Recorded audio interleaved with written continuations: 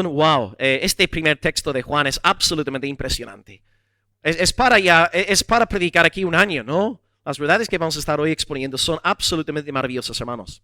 Gloria al nombre de Dios. Pues vamos a estar entonces abriendo la Biblia en Juan 1, versículos 1 al 5. Okay, vamos a estar viendo la gloria del Salvador Jesucristo. Así que vamos a estar siguiendo este título general. En el principio era el Verbo. No hace falta explicaros quién es el Verbo, ¿no? Sabéis de sobra quién es el Verbo. Exactamente, Jesucristo es el Verbo. Vale, vamos a abrir la Biblia en Juan 1, del 1 al 5. Luego haré un breve repaso del mensaje de la semana pasada que di la introducción al Evangelio. Está en el canal de la iglesia, ¿okay? Palabra de Vida Almería. Podéis entrar, ver la introducción, porque la introducción va a ayudaros a la hora de entender las exposiciones. Ok, Juan 1, del 1 al 5, palabra inspirada por Dios. Juan, un amado apóstol. Juan 1, del 1 al 5. En el principio era el Verbo. El Verbo era con Dios y el Verbo era Dios. ¡Wow! Este era en el principio con Dios. Todas las cosas por Él fueron hechas, las colinas de Almería. Sin Él, nada de lo que ha sido hecho fue hecho. Y en Él, en el Verbo, estaba la vida. Y esa vida era la luz de los hombres. Y la luz en las tinieblas resplandece. Y las tinieblas no prevalecieron contra ella. ¡Wow! ¡Wow! Yo me emociono, ¿no? Claro, yo sé que hay domingos cuando uno va al culto y tiene que tocar temas éticos y, bueno, a veces hablar fuerte, pero luego hay domingos, ¿no? Cuando el texto es Cristo y, ¡oh! Vas al culto volando, ¿no? Es que vas volando. Porque si yo fuera un feligrés, ¿verdad? Estaría sentado deseando que me anuncien al Salvador. Así que, vengo hoy contento, gloria a Dios. Bueno, un breve repaso de mensaje de la semana pasada, la introducción a Juan. Ok, iglesia, los que estuvisteis la semana pasada, ¿quién es el autor? Juan, fecha 80-90, lugar de redacción, Éfeso, la capital de Asia Menor, hoy día Turquía, y la capital es Ankara, no Estambul, que me equivoqué la semana pasada. 4, destinatarios, sí, gentiles, seguramente un remanente de judíos de la diáspora, un porcentaje significativo, pero en su mayoría es un evangelio para los gentiles porque explica las costumbres judías. Ok, número 5, la estructura. Sí, 2 partes, ¿cuáles son? Señales y el libro de la gloria. Libro de las señales y luego el libro de la gloria.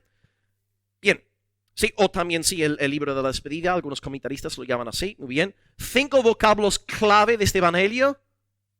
Padre, Hijo. Más alto, no oigo, estoy sordo. Señales. Cree, que es un verbo. Y vida. Gloria a Dios. Ok, número 7, penúltimo punto. Hemos resaltado 3 características de este evangelio cuando lo comparamos con los sinópticos. ¿Cuáles son estas 3 características? Es sumamente simbólico como Apocalipsis, ¿sí? Muchos diálogos, ok, en efecto. Exacto, eso es lo que vamos a ver hoy en el pasaje. O sea, la deidad de Cristo está claramente exhibida aquí. Y finalmente, número 8, hemos resaltado 3 ejes centrales en cuanto a la teología del libro. ¿Cuáles son estos 3 ejes?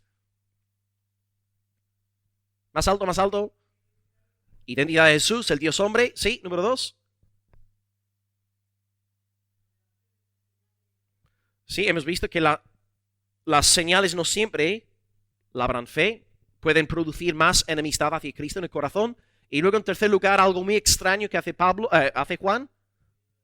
¿Y qué es, Gustavo, si te acuerdas? Porque tú estuviste en los 2 cultos la semana pasada, doblemente santificado. ¿Qué es lo que Juan hace con vida eterna que no vemos en los sinópticos? Exactamente, lo actualiza. Exactamente, es algo del presente. Que es chocante, ¿no? Así que gloria a Dios. Sí, hermanos, yo os consuelo hoy para empezar. Tendréis la vida eterna, amén.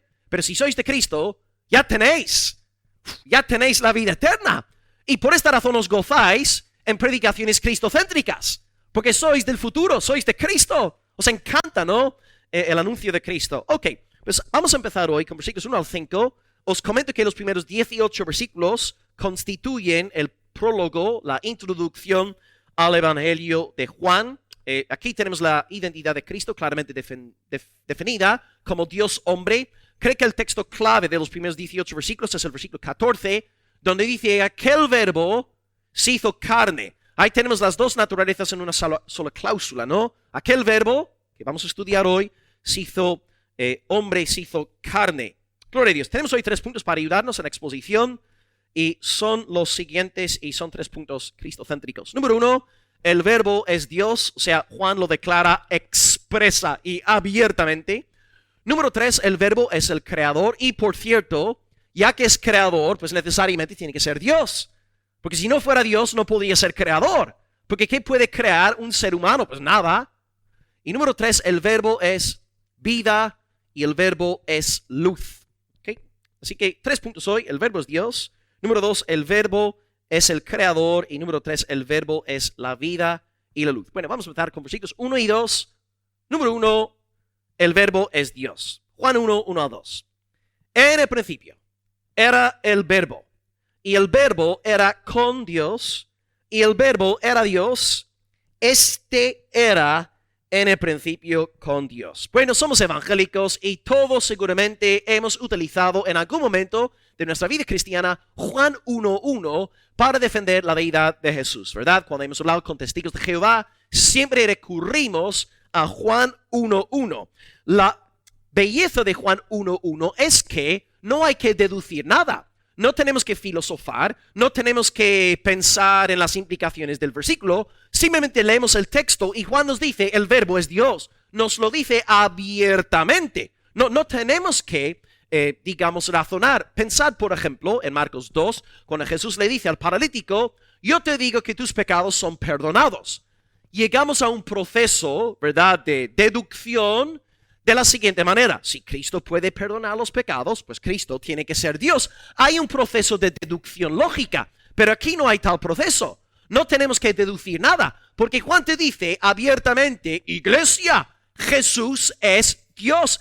En el principio era el verbo era con Dios y el verbo era Dios. O sea, a mí me encantan estos versículos sencillos y directos, porque soy un poco lento y tontito. Yo necesito versículos así, ¿no? Explícitos que me hablan claramente sobre la identidad del Salvador Jesucristo. Otro texto en esta línea también es Romanos 9, versículo 5, donde Pablo dice, sin ninguna necesidad de deducir nada, Pablo dice, vino Cristo, el cual es Dios sobre todas las cosas, bendito por los siglos. O sea, 2 textos abiertos declarando la plena deidad de Cristo. Es imposible que alguien lea Juan 1:1 sin entender que Jesucristo es Dios. Yo no necesito explicaros esto. O sea, está ahí tal cual. No hay nada misterioso en este versículo. Bien, ahora, primera observación en esta mañana. Juan arranca su evangelio con 3 palabras muy conocidas. Y a ver si alguien me podrá decir de dónde sacó Juan estas 3 palabras. Las 3 palabras son en el principio. Bueno, pregunta para la iglesia, ¿de dónde sacó Juan esta fraseología? Muy bien, ¿qué dice Génesis 1:1, Raquel?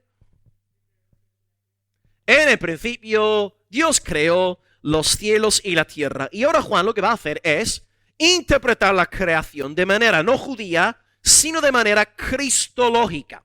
Y nos va a explicar más acerca de la creación original. Juan revela que cuando el Padre lo creó todo, no estaba solo, porque dice que el verbo estaba con él, y como todos sabemos, aquel verbo luego nació en Belén hace ya 2000 años. Es decir, en el principio ya estaba el Padre, amén, pero también juntamente con el Padre estaba Dios, el Hijo, el Señor Jesucristo. Y quisiera también resaltar que Juan no dice, en el principio Dios creó al verbo. En el principio era el verbo era tan eterno como el Padre. Si Cristo fuera creado, ¿no sería Dios?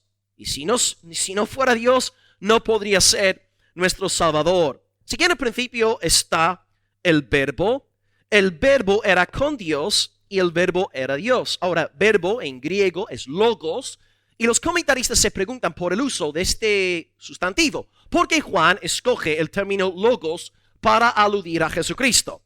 Hay dos posibles respuestas. Yo creo que la primera tiene más peso pensando en el contexto de Juan. La primera posibilidad es que Juan aquí está aludiendo a la palabra hebrea dabar. Y en el Antiguo Testamento, dabar es la palabra de Dios, es el verbo de Dios.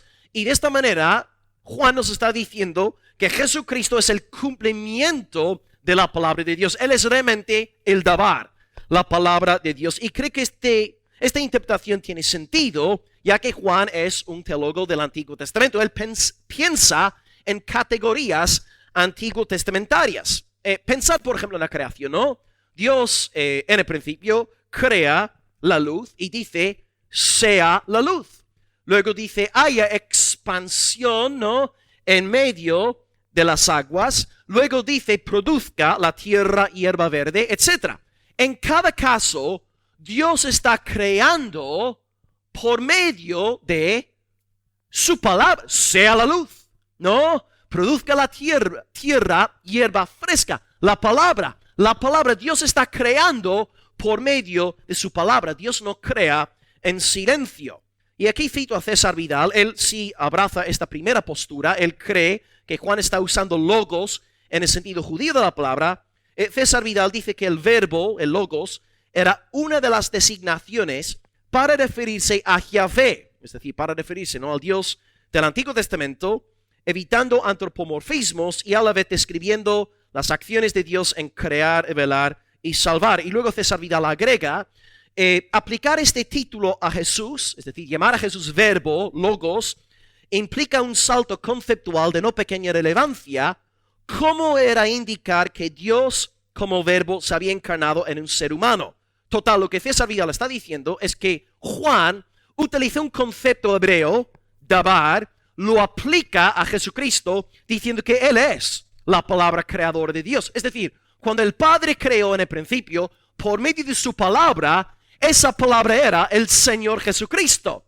Esta sería la primera postura propuesta por Vidal y que yo también creo que es más fuerte. La otra postura es la idea de que logos, en aquel entonces, en el primer siglo, era una palabra importante en el mundo heleno, ¿no? En el mundo filosófico, porque los filósofos siempre se estaban preguntando por el logos, ¿no? Muchos filósofos escribían tratados sobre el logos, este principio racional que gobernaba el universo.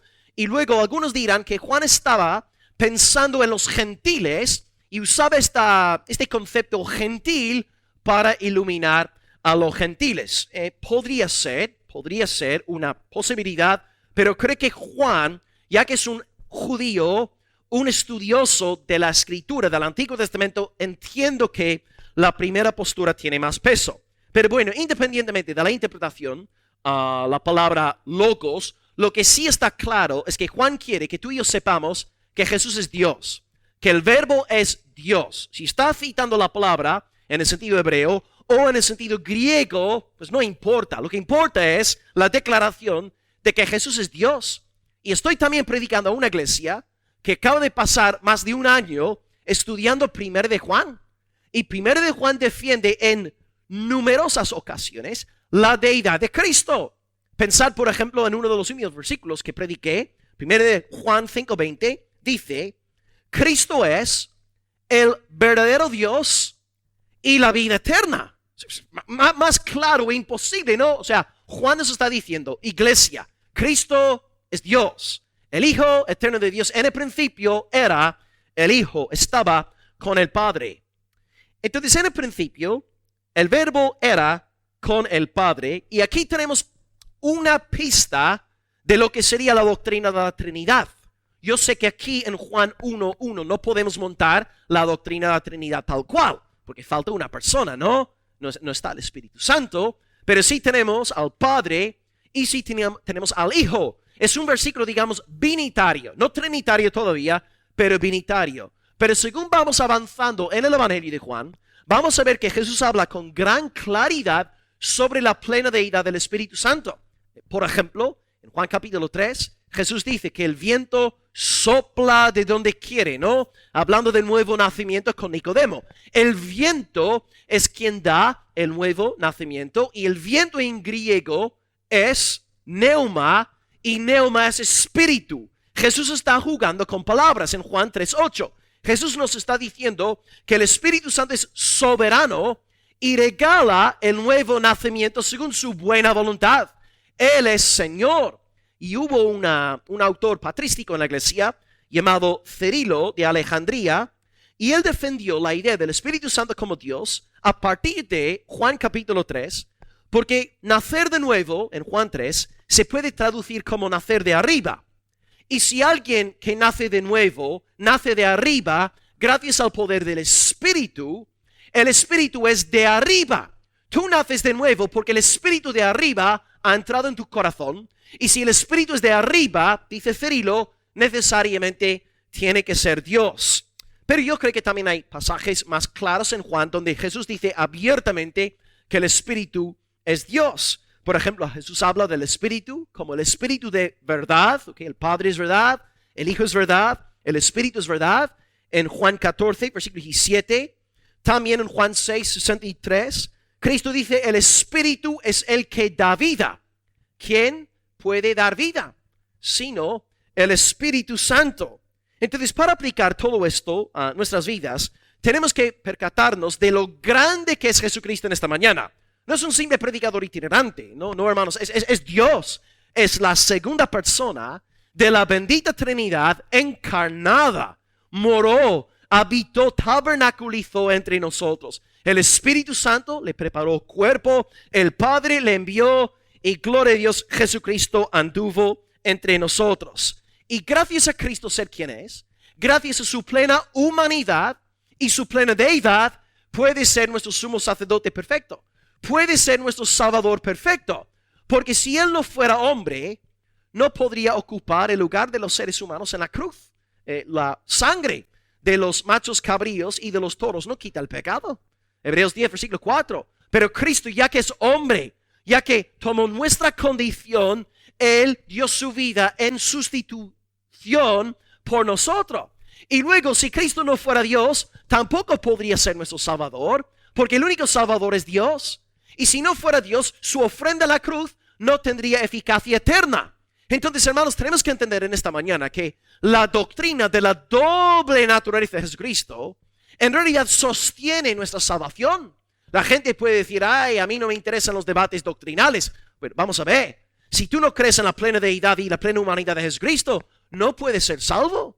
Jesús dijo muy claramente a los fariseos en Juan 8, 24, si no me acuerdo mal, si vosotros no creéis que yo soy, moriréis en vuestros pecados. O sea, hermanos, la doctrina de la plena deidad, no solamente la humanidad. Los fariseos creen en la humanidad de Cristo, ¿no? Pero no creen en su deidad. Y Jesús dice, si no creéis que yo soy, si no creéis en mi deidad, moriréis en vuestros pecados. Hermanos, la doctrina importa. La doctrina es bien importante, sobre todo la doctrina cristológica. Así que, querida iglesia, qué dulce saber que nuestro Salvador es Dios y el que nos guarda es el Señor Jesucristo. Él nos ama y en nosotros está cumpliendo. Salmo 121 dice, no se dormirá el que te guarda. He aquí, no se adormecerá ni dormirá el que guarda Israel. El Señor es tu guardador. El Señor es tu sombra a tu mano derecha. Él guardará tu salida y tu entrada desde ahora y para siempre. Querida iglesia, en esta mañana, estáis siendo guardados por Jesucristo. Jesucristo os guarda. Dios os tiene en sus manos. Estáis en las manos del Padre y del Espíritu y también del eterno Hijo de Dios. Vuestro Salvador os ama.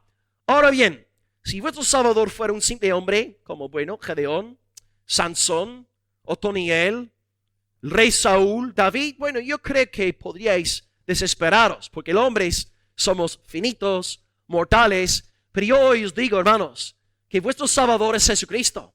Y Jesucristo no es nadie menos que el Señor Dios omnipotente. Gloria a su nombre. Qué consolación saber que somos de Cristo. Amén. Ok, primer lugar, hermanos, versículos 1 y 2. Cristo es Dios. era en el principio con el Padre, no fue creado, es tan eterno como lo es el Padre, como lo es el Espíritu Santo. Bien, punto número 2, versículo 3, Cristo es el creador, el verbo es el creador. Versículo 3.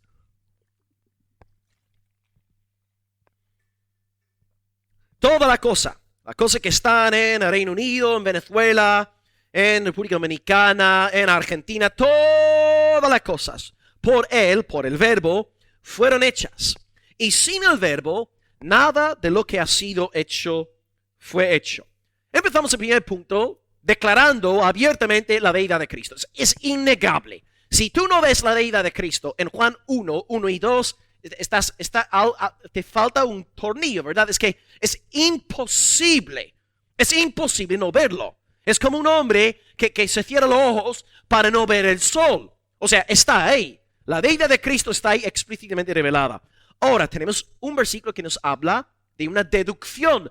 Ahora en el versículo 3 deducimos la deidad de Cristo. Hemos establecido entonces en los primeros 2 versos que Cristo es Dios. Y el versículo 3 también nos revela que es Dios, pero ahora a través de un proceso de deducción. Porque versículo 3 nos habla sobre una actividad que solamente Dios puede desempeñar. Y si habéis prestado atención al versículo 3, ¿cuál es la actividad llevada a cabo por Cristo que solamente Dios puede efectuar? No hay nadie aquí que pueda crear, ¿verdad? Nosotros construimos edificios a partir de elementos ya existentes. Nosotros no podemos crear ni una mota de polvo, ni un trozo de hierba. No podemos crear absolutamente nada.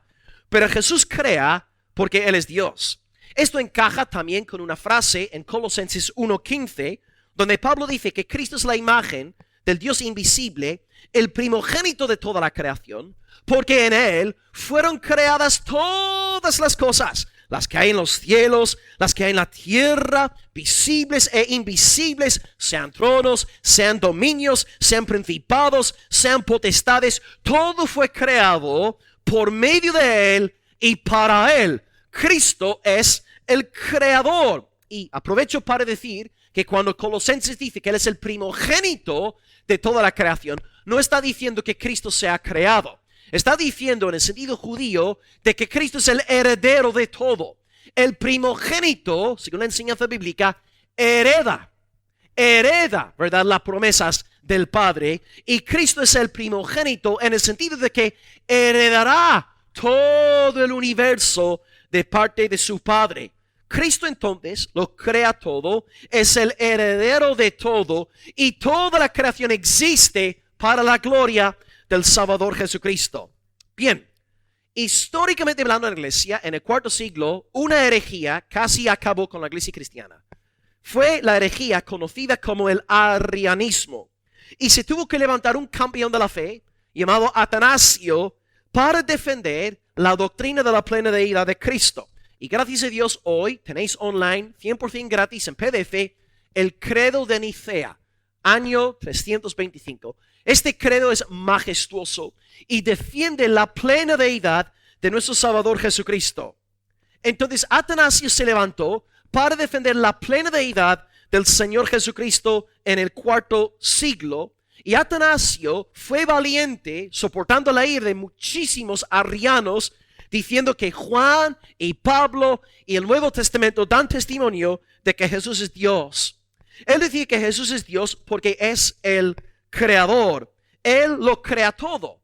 Y esta realidad, hermanos, no solamente la vemos en el Nuevo Testamento. Si volvemos al Antiguo Testamento, también podemos ver la deidad del Hijo y podemos ver su obra en la creación. Por ejemplo, si queréis apuntar, Salmo 33, versículo 6 dice: por la palabra del Señor fueron hechos los cielos, y todo el ejército de ellos por el aliento de su boca. Ahí tenemos las dos personas de la Trinidad. Tenemos por un lado la palabra de Dios y por otro lado el aliento, el ruaj, el espíritu de Dios. Dios, según el Salmo 33, 6, crea todo a través de su Hijo y de su Espíritu. Ireneo, Hablé de la semana pasada, el discípulo de Policarpo, el cual era discípulo de Juan. Ireneo decía que las dos manos de Dios el Padre son Dios el Hijo y Dios el Espíritu Santo. Dios siempre trabaja por medio de la agencia doble de su Hijo y de su Espíritu. Así que vemos entonces, hermanos, que Dios crea todo por medio de la palabra. En el principio, en el primer punto os comenté, ¿verdad? Sea la luz, produzca la tierra, hierba verde, haya expansión en medio de las aguas, etc. Fue Cristo. Cristo estaba creándolo todo para la gloria del Señor. Y también, hermanos, quisiera subrayar que hay más indicios de pluralidad en la deidad en el Antiguo Testamento. Ya para empezar, en hebreo, la palabra para Dios es Elohim. Elohim. Y curiosamente, Elohim es un vocablo plural. El singular de Elohim es Eloé. Pero la Biblia en hebreo habla de Dios como Elohim, indicando cierta pluralidad dentro de la deidad. Y nosotros entendemos, ¿no? Que Dios es Padre, Hijo y Espíritu Santo. Luego en Génesis, cuando Dios está creando, dice algo súper extraño. Génesis 1:26 dice, hagamos al hombre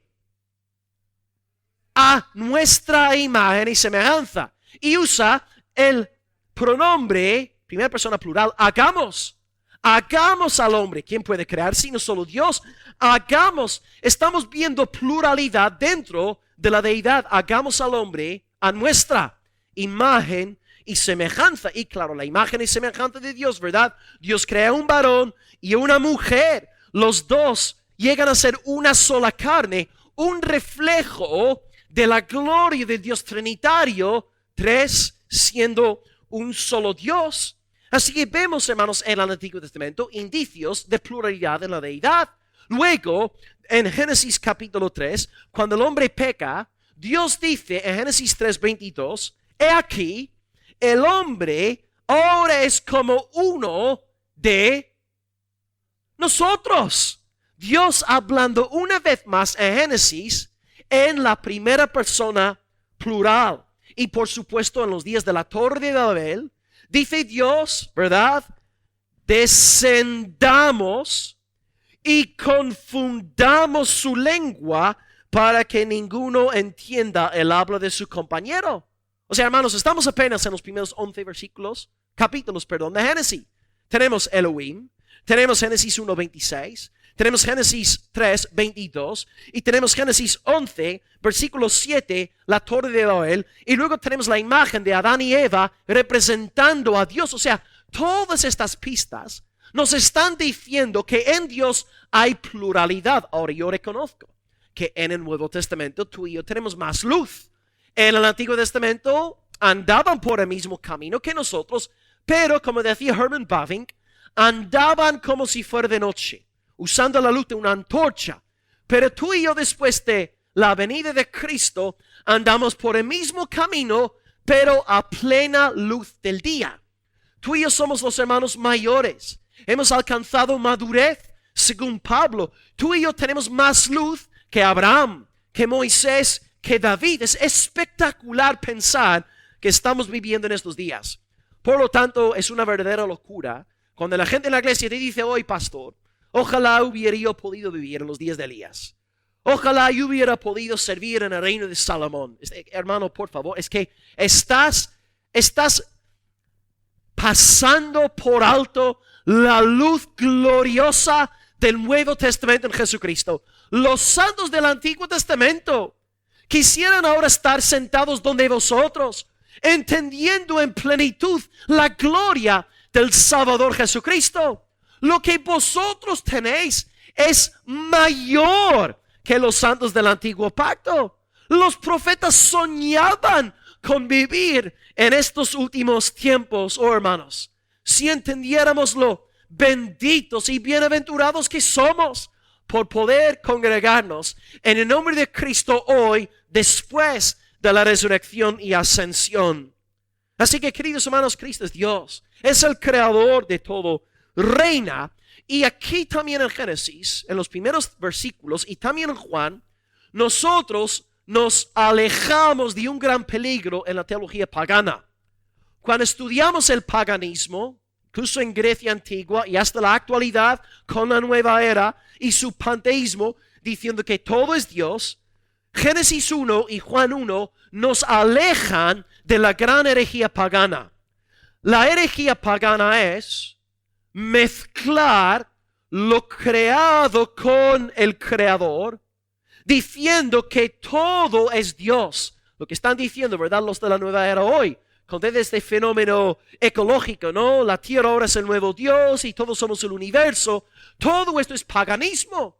Ya decían lo mismo en los días de Grecia antigua. Estaban diciendo que todo es, bueno, algunos decían que todo era madera, todo era piedra. Otros decían que todo era aire, todo es átomos, todo es fuego, todo es tierra. Tales, por ejemplo, el primer filósofo occidental, decía que todo era agua, todo es agua. Nico es una manifestación de agua, Jessica es agua, yo soy agua. Todo de alguna u otra manera es una manifestación de agua. Es paganismo, es confundir lo creado con la creación. Pero en la Biblia vemos que atenta directamente contra la filosofía panteísta, diciendo que hay un verbo, hay un padre y luego hay una creación. La creación no es divina y el creador no es creado. Así que ya Dios nos está guardando de caer en los pasos de paganismo que estaba bien vigente antes del primer siglo y sigue en gran parte hasta el día de hoy. Así que nosotros, hermanos, adoramos a Cristo. Él es el creador, no adoramos lo creado. Algunos nos podrán decir, bueno, si adoráis a Jesucristo, Jesucristo nació, Jesucristo era un hombre, por lo tanto pecáis si adoráis a un hombre.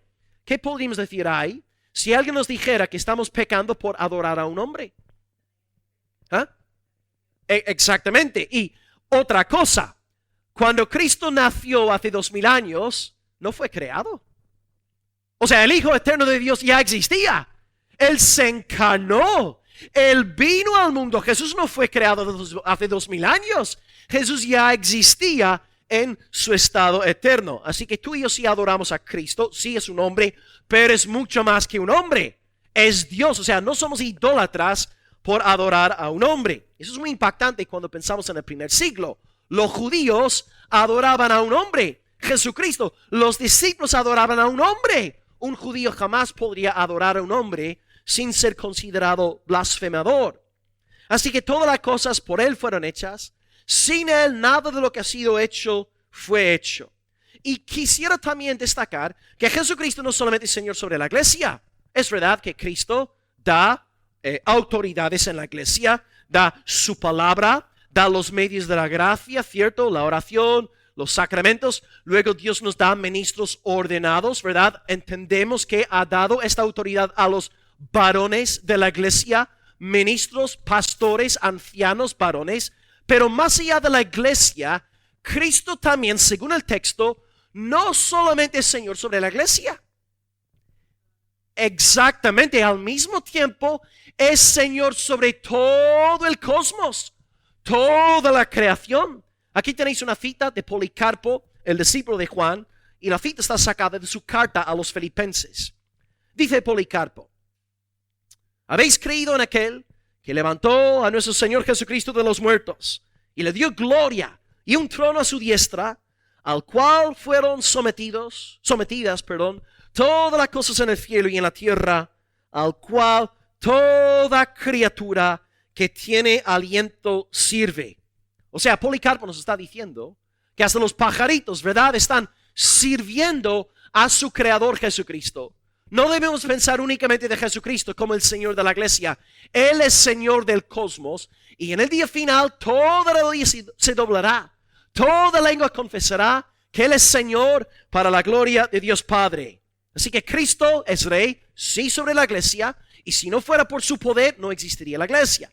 Pero también digo, si no fuera por su poder no existiría el cosmos. Hebreos 1:3 dice que Cristo sostiene todas las cosas con la palabra de su poder. Si Cristo dejara este instante de sostener el cosmos, toda la fila de Almería se extinguiría enseguida. Cristo sostiene todas las cosas. Él es luz, luz de la iglesia, pero también Él es luz del mundo. Yo soy la luz del mundo. Y también cuando dijo esta frase, por cierto, pensándolo bien, estaba sanando a un hombre ciego. ¿Y os acordáis de cómo Cristo sanó al hombre ciego en Juan 9? ¿Qué hizo? Sí, hermana, ¿qué hizo? Escupió en el barro. Sí, John MacArthur cree que literalmente Cristo, claro, el texto no lo dice, pero MacArthur cree que literalmente el Señor ahí creó nuevos ojos en la cabeza, el cráneo de aquel varón. Esto no se puede saber a ciencia cierta. Pero sí la imagen, ahora, Cristo tomando barro, creando algo nuevo, ¿en qué nos hace pensar? En efecto, o sea, nueva creación. El Cristo de Génesis 1 está vivo y está creando, está usando el barro con su autoridad divina.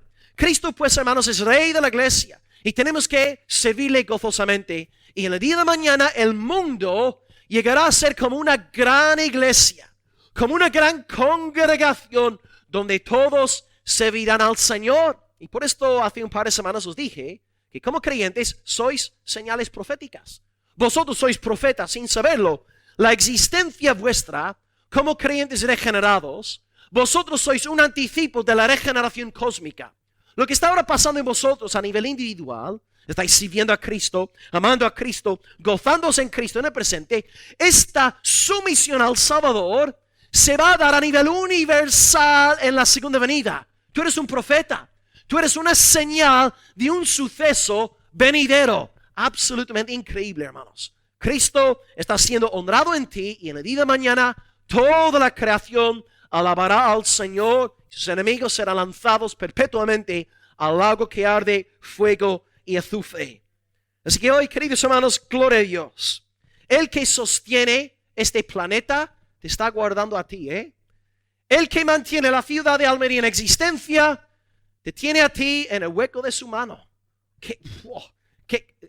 No hacen falta, hermanos, pastillas para dormirte por la noche. Si tú entiendes que Jesucristo, el omnipotente, te está guardando, si el cosmos y todo lo que hay en él está siendo sostenido por Jesucristo, tú puedes roncar con toda la alegría por la noche, ¿verdad? Cristo me está guardando. Las estrellas están en sus manos. ¿Cómo no va a preocuparse por mí? Mira, hermanos, ayer, ¿no? Estaba con Guzmán y Carmina y el viento sacó un pajarito del árbol, pobrecito, era un bebecito, y se quedó ahí en el balcón, ¿no? Yo lo metí en una caja de zapatos, me lo llevé a casa, pobrecito, era bebecito, y salí esta mañana, pobrecito, estaba muerto, ¿no? Lo dejamos su comida, y bueno, se nota que, bueno, habrá tenido algo, y bueno, voy a tener que ahora echarlo, ¿no? Al volver a casa. Pero el pobrecito, ¿no? Me murió. Y le dije a Gote esta mañana, ¿no? Pensé en el texto cuando el Señor dice, pero vuestro Padre, ¿no? Ni un pájaro puede caer sin que vuestro Padre Celestial lo sepa, ¿no? Y yo digo, como decía Cristo, si el Señor se acuerda de los pájaros, ¿no? Un pajarito tan indefenso, vulnerable, ¿no? Si el Señor se acuerda de estas cosas, y Él se preocupa incluso por su creación, hermanos, si somos redimidos en Cristo, si somos el pueblo amado de Dios, si Dios se preocupa por la creación, ¿cuánto más no va a preocuparse por nosotros, sus hijos? Él es el buen pastor. Hermanos, no tenemos que ser personas intranquilas. Con el corazón siempre yendo a 180 y luego molestando a todo el mundo con nuestra falta de paz y falta de autodominio. Necesitamos predicarnos a Cristo. Hermano, estás perdiendo batallas contra el dominio propio. Estás intentando, hermano, imponerte donde no debes estar imponiéndote. Predícate a Jesucristo. Ve a Jesucristo. Contempla a Jesucristo. Disciplina tu alma. Y que te inunde la paz del cielo. El que guarda las galaxias te está pastoreando a ti. Te está cuidando fuera todo. Esta intranquilidad que nos paraliza y nos destruye y nos come por dentro. Cree en Jesucristo. Él te ama, Él te cuida, Él te tiene en el hueco de sus manos. Descansad, hermanos. Descansad en el fiel Creador Jesucristo. Aleluya. Da gloria a Jesucristo, Él se preocupa por vosotros. Así que en primer lugar, Él es Dios. En segundo lugar, Él es el creador y por deducción, pues es Dios también. Estamos repitiendo la misma verdad. Y ahora otra deducción para acabar hoy. Versículos 4 y 5. Otra deducción que nos lleva a la misma conclusión que en el primer punto. Él es la vida y la luz. Vamos a leer los versículos 4 y 5.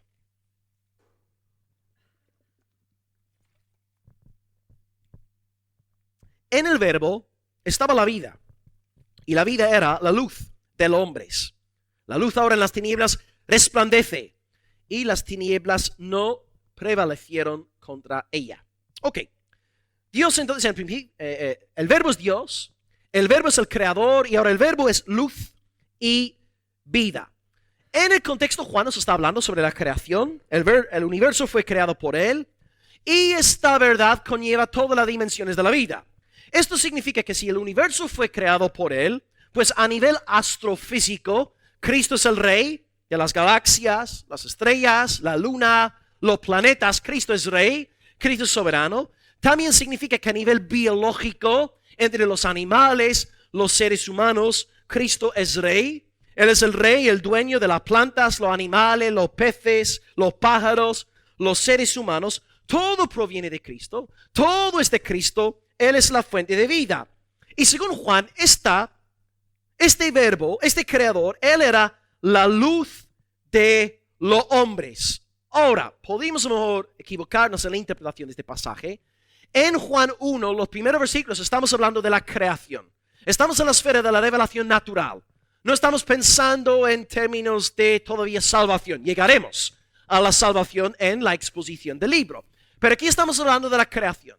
Cristo es luz en el sentido de creación. Cristo da luz a todos los seres humanos. Hay luz, revelación natural para todos. Y Cristo es la fuente de la luz natural.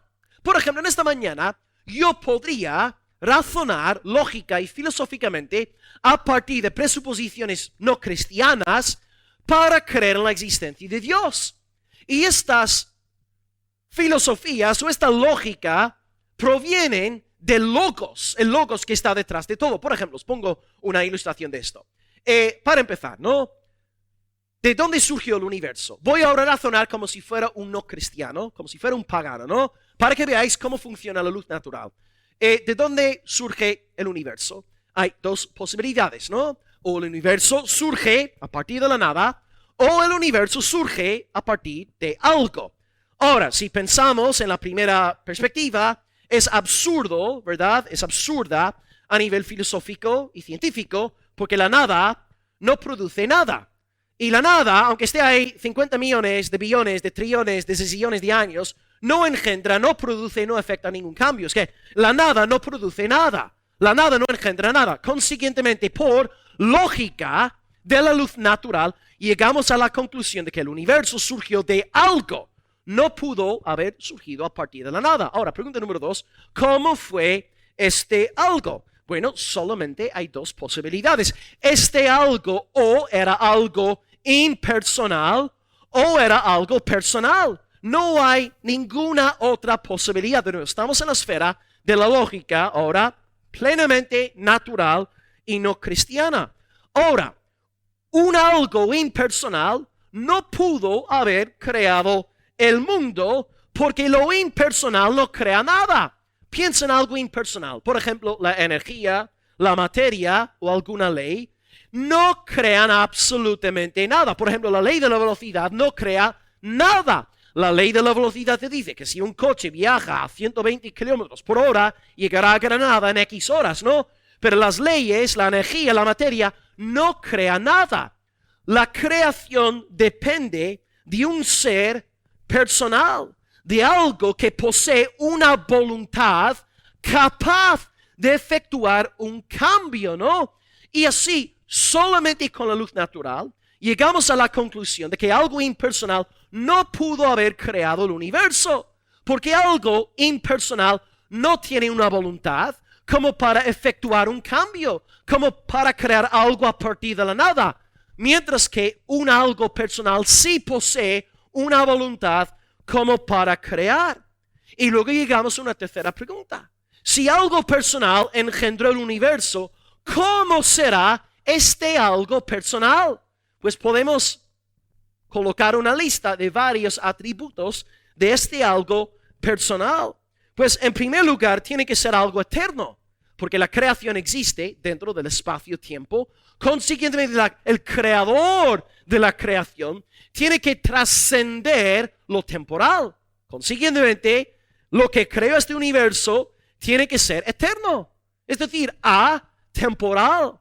En segundo lugar, he dicho que el universo está dentro no solamente del tiempo, sino dentro del espacio.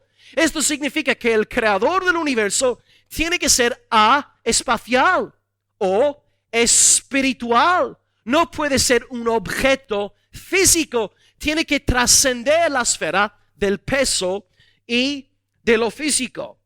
Número 3, para que crea el universo tiene que ser poderosísimo. Madre mía, ¿no? Para tú levantar, ¿no? 10 ovejas, tienes que ser fuerte. Pero hermanos, para crear un universo a partir de la nada, hermanos, tienes que ser poderosísimo. Tenemos entonces un ser eterno, un ser espiritual, un ser poderosísimo, y desde luego cuando contemplamos toda la belleza, el orden, las leyes que hay en el cosmos, si estuviéramos más cerca del sol, estaríamos todos fulminados. Si estuviéramos más lejos del sol, todos pereceríamos de frío. Entendemos que detrás de la creación y el orden que observamos en ella, evidentemente la causa del universo habrá sido infinitamente inteligente, sabio y mucho más listo que nosotros. ¿Veis? Entonces, usando únicamente, no presuposiciones cristianas, pero la luz natural nos llega a la convicción de que tiene que haber un algo detrás de este mundo, y este algo es eterno, es espiritual, es poderosísimo y es inteligente. Ahora bien, yo sé que la luz natural no nos salva.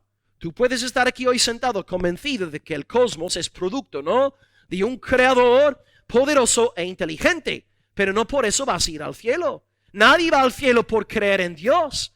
Entendemos que la salvación está únicamente en creer en Jesucristo como Salvador, mediador entre Dios y los hombres. Y también la semana pasada os expliqué, ¿no? En Romanos, Pablo usa 2 argumentos para defender la idea de que todos los seres humanos saben que Dios existe. En Romanos 1, Pablo apela a la creación, y en Romanos capítulo 2, Pablo apela a conciencia. Todos los seres humanos tienen conciencia, no solamente los cristianos. Así que más allá de la lógica que hemos utilizado para establecer que el mundo fue creado por un agente personal, también la conciencia nos da testimonio de que detrás de todo hay una justicia. Porque si no existiese un legislador justo detrás de todo, ¿para qué quejarnos de las injusticias? La injusticia ni siquiera existiría. Sería un producto de la imaginación y la creatividad humana. La injusticia existe porque la justicia existe, porque hay un ser justo. Mira, y digo de nuevo, los incrédulos también tienen conciencia. Yo me acuerdo en noviembre, creo que fue el 18 de noviembre de 2020, año pasado, que salió aquí en la prensa española, que fue, me acuerdo, absolutamente terrible, ¿no? Rosario Porto, ella era madre de Asunta Basterra, una niña, y la madre fue condenada en noviembre a 18 años de cárcel por el asesinato de la peque en Teo, a las afueras ahí de Santiago, en Galicia, ¿no? Y yo me acuerdo aquella semana cuando entré en las diferentes, claro, los periódicos que hay online, en Facebook, incluso en España, y me acuerdo de haber leído miles y miles y miles de comentarios de hermanos, de ciudadanos españoles que siguen El País, que siguen El Mundo, que siguen ABC, y todo lo que decían esta mujer, llamándola de todo, ¿no? Y me quedé pensando, aquí tenemos a personas incrédulas con una conciencia. ¿Veis que aunque no profesan fe en Dios, todos saben en el fondo que hay una justicia detrás del mundo, porque se están quejando de la injusticia de una madre tomando la vida de su niña indefensa? ¿Entendéis, hermanos? Hasta los incrédulos. Mira, el escándalo sexual, los pedófilos en la iglesia católica, Los primeros, ¿no?, en condenar a los cristianos, incluso a mí me han echado a mí la culpa, ¿no?, pensando que yo soy católico y tengo que explicar que soy protestante. Pero lo primero que te dicen ahí fuera, ay, que vosotros sois unos pedófilos y violáis a los niños. ¿Veis? Son incrédulos que están apelando a una ley moral. Tienen conciencia, saben que existe el bien, saben que existe el mal, saben que hay justo e injusto. O sea, ellos mismos dicen que son ateos, pero se contradicen al creer en una justicia detrás de todo. Pablo nos revela claramente que el ser humano sabe de sobra que Dios existe. Y curiosamente en Irlanda del Norte, el mayor apologeta que ha salido de nuestra nación se llama C.S. Lewis.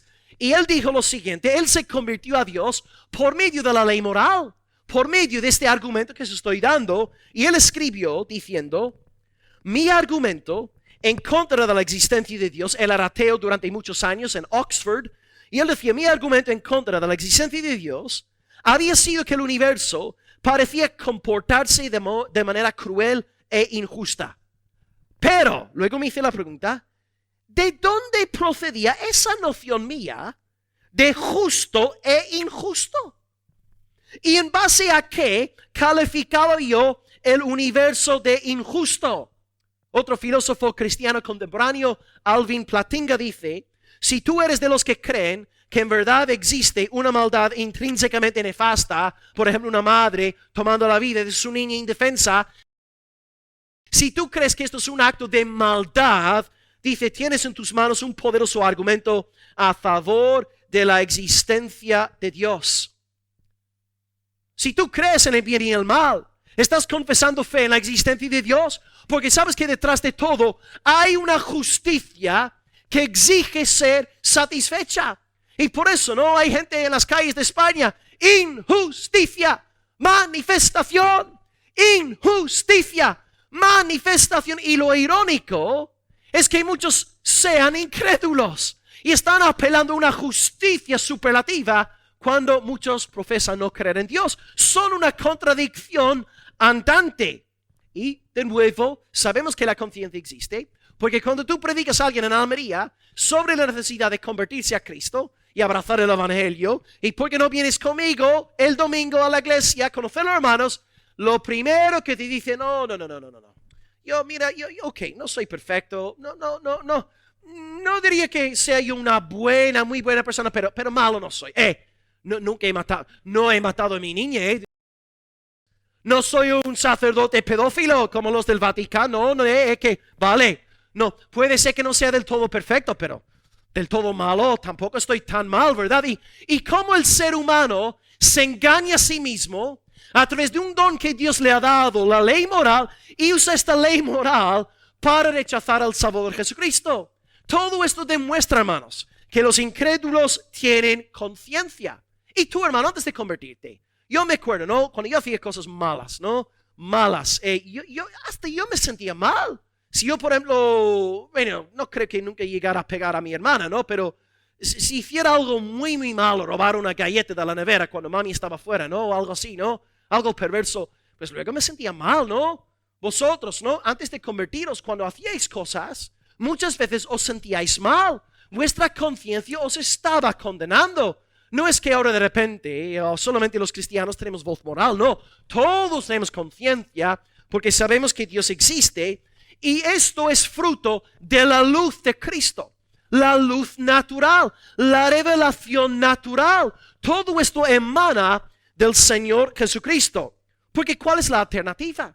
Pues la alternativa es la ofrecida por Richard Dawkins, ¿no? El rey del ateísmo contemporáneo. En su libro, el bestseller, El espejismo de Dios, él dice categóricamente, no hay bien, no hay mal, todo lo que hay es indiferencia. Y ahí está la cosa. Y lo irónico es que Dawkins te dice que no hay bien, no hay mal, pero luego dedica libros enteros a criticar la maldad de la religión establecida. Luego dedica ensayos académicos a criticar la maldad de tener fe en Dios. O sea, veis, hermanos, cómo se disparan en el pie. Nosotros creemos que existe el bien y que existe el mal, porque creemos que detrás de todo hay un Dios. Y básicamente también entendemos que no está aquí, hermanos, en juego un factor intelectual. Richard Dawkins no rechaza a Dios por cuestiones intelectuales, sino por razones morales. Ama las tinieblas. Pensad en Federico Nietzsche, ¿no? El ateo más famoso de Alemania, finales del siglo XIX. Él dijo: hemos matado a Dios, yo soy el asesino de Dios. Y él mató a Dios porque él decía que Dios se metía en todos mis rincones sórdidos. No podía pecar sin saber que Dios le estaba observando. Y por esta razón Nietzsche mató a Dios y pasó los últimos 11 años de su vida en un manicomio completamente enloquecido. Cuando Dios muere, el hombre muere. El hombre no puede vivir sin Dios. El hombre es incurablemente religioso porque en todos nosotros hay luz. Y por eso, ¿no? Vemos los ateos con esta intranquilidad, esta agresividad, porque están pecando contra algo que saben que es real. Por eso las feministas de hoy, ¿no? Que quieren apoderarse, que quieren imponer su voluntad, saben que en el fondo que están haciendo mal, y por eso son las mujeres más bordes, agresivas del mundo. Me acuerdo de Agota que me comentó algo hace 1 año y medio, y estamos viendo algo sobre esas feministas actuales, y me dijo a mí, ¿no? Qué curioso ver que estas feministas, con todos sus derechos y todas sus libertades, siempre imponiendo su voluntad, son las mujeres más amargadas del mundo. No, y ahí tienes a una hija de Abraham, mi amada esposa, Agota, ¿no? Una dama sumisa al Señor, sumisa a su esposo, no quiere llevar los pantalones en casa y es la mujer más feliz del mundo. Yo bajo las escaleras el lunes por la mañana y ¿sabéis lo que está haciendo Agota? Está alabando a Dios. Está cantando alabanzas. Ahora no es una feminista, no se está quitando la ropa y manifestándose, imponiendo su voluntad. Y qué ironía, hermanos. La dama sometida a Dios es feliz. Está contenta. Está en paz. Está tranquila. Pero estas feministas, estos ateos están llenos de intranquilidad, de odio, porque están pecando contra algo que saben que es real. Bien está escrito por el profeta Isaías: no hay paz para el impío, ha dicho el Señor de los ejércitos. Queridos hermanos, solamente hay paz en sumisión al Salvador Jesucristo. Someteos a Él, someteos a la luz, que es la vida del mundo. Él es la vida. Él nos da a todos vida, vida astrofísica, vida biológica, vida natural y luz. Luz en abundancia. Y aquellos de nuestra sociedad que están pecando abiertamente y contra esta luz son, como decía mi esposa, las personas más amargadas de la vida. Pero hoy acabo con una buena noticia. Puede ser que estés aquí hoy como, bueno, aquel ateo, ¿verdad?, que quiere pecar libremente, que está enamorado, obsesionado con su perversión. Pero gloria a Dios, hay disponible para todos aquellos que colocan su fe en la luz del Salvador Jesucristo. Hoy el Hijo del Hombre no viene únicamente como luz natural, sino como luz salvadora. Y hoy todos vosotros, aquí, conscientes de vuestro pecado, sabiendo que sois dignos de condenación, podéis ser salvos por medio de la fe en la cruz de Cristo, por medio de la fe en su resurrección al tercer día. Podéis alcanzar la paz, el gozo, la alegría que tenemos el santo pueblo del Señor. Pensad una vez más, para acabar, en la imagen del hombre ciego. El hombre ciego fue sanado por el Señor. Y Cristo, delante del ciego, oyó las siguientes palabras. El ciego le dijo: creo, Señor. Creo, Señor. Mira, aquel ciego no era un gran teólogo. No había estudiado 1 de Juan, 2 de Juan, 3 de Juan, 1 de Pedro, 2 de Pedro, Judas, sistemáticamente. No era un gran teólogo. No era un gran conocedor de las cosas de Dios. Pero decía: creo, Señor. Creo, Señor. Yo creo que tú eres mi Señor. Y hoy Cristo no viene buscando a grandes teólogos, no viene buscando a grandes Nietzsches, grandes Dawkins. No. Cristo viene buscando una fe sencilla. Creo, Señor. Yo creo en ti, Señor. Yo creo que tú eres la luz. Yo creo que tú eres la vida. Yo creo en ti. Así que hoy, que la luz que brilló en el principio, que vuelva a brillar hoy en todos los corazones. Yo sé que la gran mayoría aquí hoy estáis contentos y regocijándoos en la luz del Salvador Jesucristo. Y qué glorioso sería si otro hijo de Adán, si otra hija de Adán en esta mañana experimentase por primera vez en su vida la luz salvadora de aquel verbo que creó todas las cosas, el cual es la vida, el cual es la luz. Hoy te animo a responder como aquel ciego en Juan 9, creo, Señor. Hoy en este mensaje, mis ojos han visto tu luz. Sé que eres rey. Te pido perdón por haber rebelado contra ti. Hoy, Señor, recíbeme. Creo en ti. Y el pueblo de Dios dice amén. Recapitulo y luego oro al Señor.